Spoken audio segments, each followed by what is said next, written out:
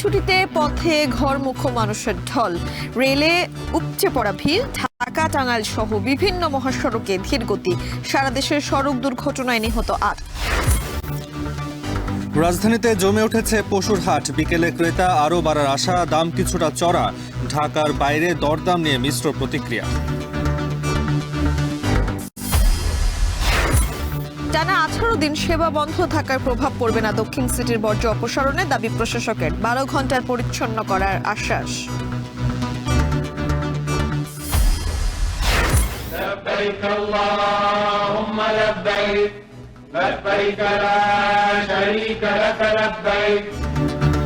পবিত্র হজে লাখ লাখ মুসল্লির ধ্বনিতে মুখরিত আরাফাতের ময়দান।